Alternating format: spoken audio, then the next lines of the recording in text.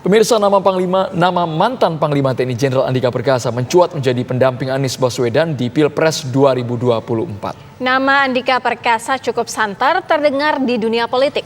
Di berbagai survei yang dilakukan lembaga survei, elektabilitas mantan Panglima TNI itu berkisar di atas 2,5%. Nama mantan Panglima TNI Jenderal Andika Perkasa mencuat menjadi pendamping Anies Baswedan di Pilpres 2024. Sebelumnya, nama Andika Perkasa merupakan salah satu dari 3 nama capres yang sempat diusulkan oleh Partai Nasdem dalam rapat kerja nasional Juni 2022 lalu selain nama Anies Baswedan dan Ganjar Pranowo. Namun, pada 3 Oktober 2022, Partai Nasdem akhirnya memilih nama Anies Baswedan sebagai calon presiden. Anies Baswedan pun diberikan keleluasaan untuk memilih calon pendamping yang diinginkannya. Koalisi perubahan yang digagas 3 partai politik yakni Nasdem, Demokrat, dan Partai Keadilan Sejahtera kini juga sibuk mengutak-atik kriteria sosok cawapres yang tepat untuk mendampingi Anies Baswedan. Partai Keadilan Sejahtera (PKS) dikabarkan mendorong nama mantan Gubernur Jawa Barat, Ahmad Heriawan. Sementara Partai Demokrat ingin mencalonkan ketua umumnya, Agus Harimurti Yudhoyono, untuk duduk di kursi orang nomor 2 mendampingi Anies Baswedan. Sementara itu, Wakil Ketua Umum Partai Nasdem, Ahmad Ali, menilai Andika Perkasa merupakan salah satu putra terbaik yang dimiliki bangsa. Namun, ia menegaskan Partai Nasdem menyerahkan sepenuhnya nama cawapres kepada Anies Baswedan. Nama Andika Perkasa cukup santer terdengar di dunia politik. Di berbagai survei yang dilakukan lembaga survei, elektabilitas mantan Panglima TNI itu berkisar di atas 2,5%. Meski demikian, hingga saat ini, langkah selanjutnya sang Jenderal Bintang 4 masih menjadi teka-teki. Akankah Andika Perkasa memilih jalur politik sebagai pengabdian selanjutnya kepada negara? Dari Jakarta, Tim TV One mengabarkan.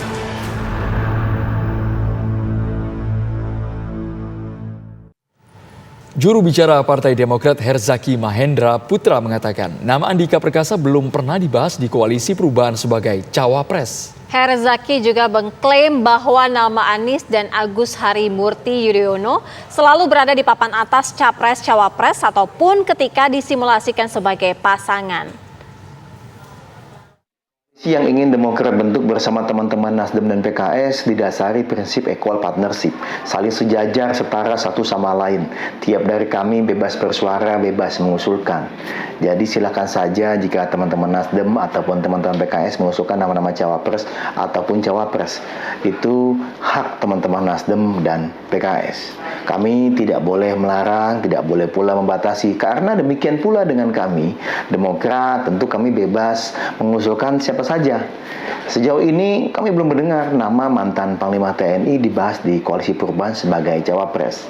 Untuk urusan capres, cawapres Koalisi Perubahan, saat ini kami masih fokus kepada kriteria. Nah, mengenai kriteria ini, kami yakin mitra-mitra koalisi lainnya, sebagaimana halnya kami, akan mengedepankan prinsip realistis dan rasional. Dan itu artinya gelombang aspirasi dan dukungan rakyat terhadap pasangan capres-cawapres yang terpotret melalui survei harus pula menjadi salah satu faktor rujukan. Mas Anies dan Ketua Umum kami, Mas AHY, selalu berada di papan atas capres maupun cawapres. Apalagi ketika disimulasikan berpasangan.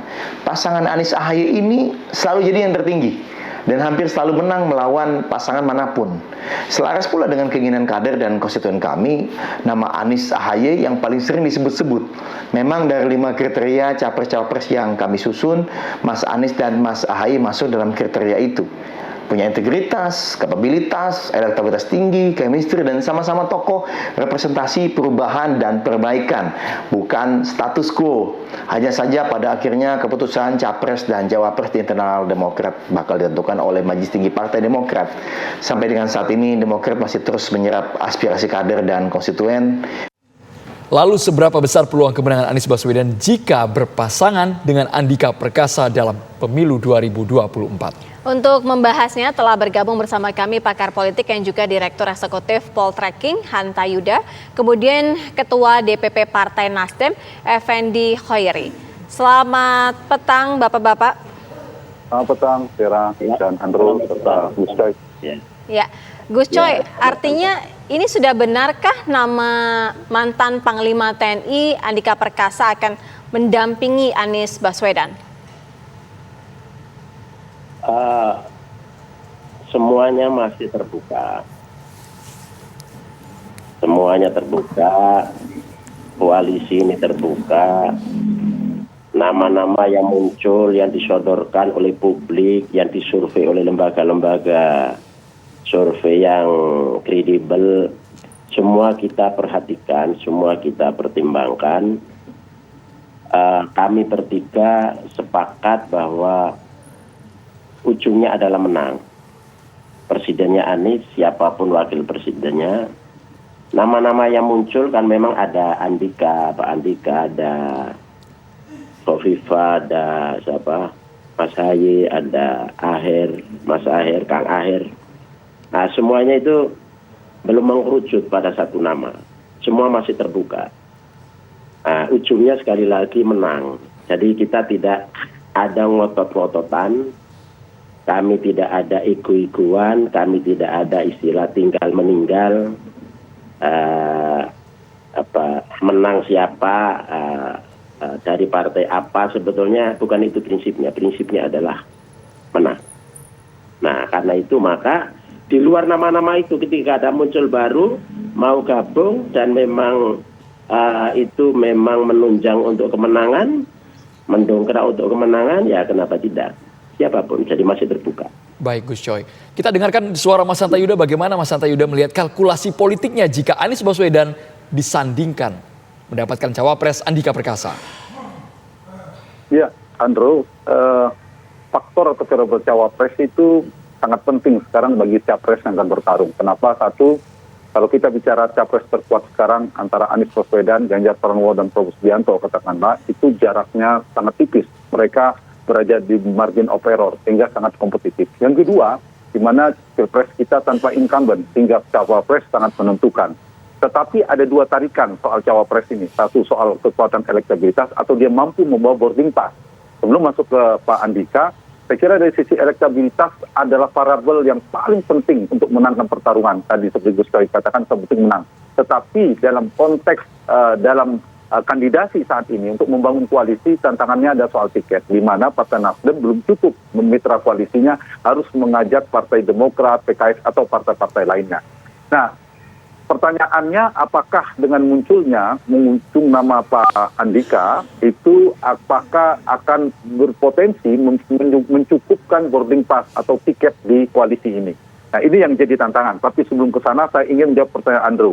Secara elektabilitas tentu ada dua ya pendekatannya, yaitu secara geografis dan secara demografi. Secara geografis kalau datanya tadi di prolog sudah disampaikan Andrew dan Vera oleh TV1, Pak Andika memang saat ini ya, musim politik masih dinamis, belum begitu kuat figur sebagai cawapres, apalagi sebagai capres.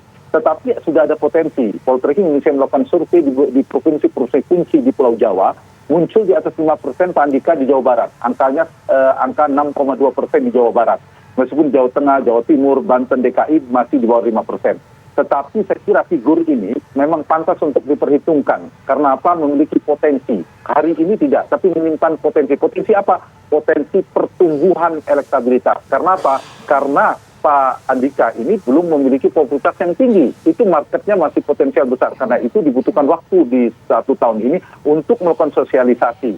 Dari sisi demografi juga, saya kira pemilih-pemilih perempuan, pemilih-pemilih yang di mana Mas Anies belum begitu kuat, saya kira harus dipertimbangkan apakah Pak Andika mampu, Mas Andika, untuk menopang kelemahan titik lemah dari Anies Baswedan. Nah, Andrew, bagi seorang capres ada dua pertimbangan memilih cawapres.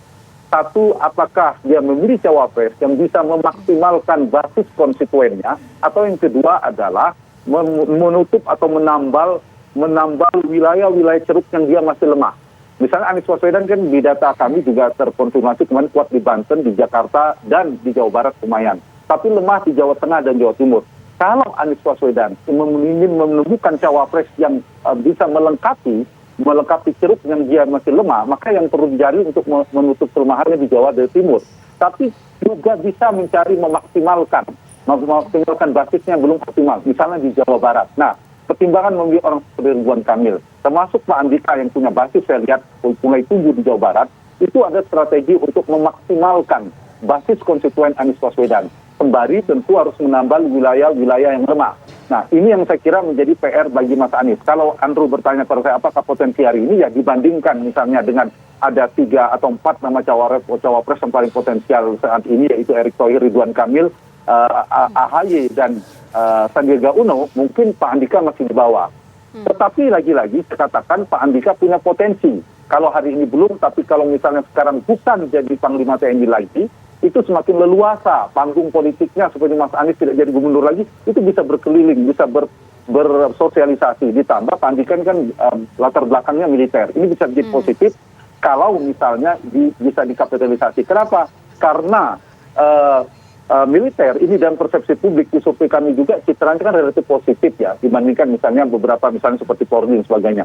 Ini potensi, tetapi di saat yang sama kalau tidak tepat mengelolanya, dan misalnya Pak Andika memilih berseberangan tanda petik kekuasaan, jangan sampai mengulang apa yang terjadi oleh Pak Gatot Nurmantio yang mantan Panglima TNI, yang pada saat itu memang lumayan, tetapi akhirnya justru terkunci tidak bisa maju dalam konstelasi Pilpres.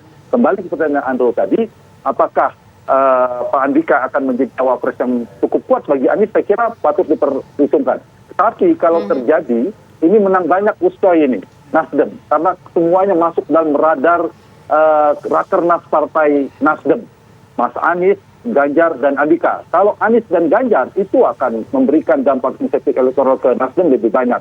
Tantangannya apakah mau Partai Demokrat, karena Demokrat mengusung nama AHY misalnya. Tantangannya di sini saya kira di soal boarding pass. Karena Demokrat punya nama, PKS punya nama. Nah, kalau Nasdem bisa menyelesaikan urusan di kandidasi ini, maka soal potensi ke depan saya kira itu bisa disiapkan, punya waktu, apalagi Andika tidak menjadi Panglima TNI lagi. Begitu. Iya, Mas Hanta, pertanyaan kemudian lantas siapa yang paling cocok dipasangkan dengan Anies Baswedan? AHR, AHY, atau siapa? Tapi dijawabnya nanti usai jeda. Kabar Petang segera kembali.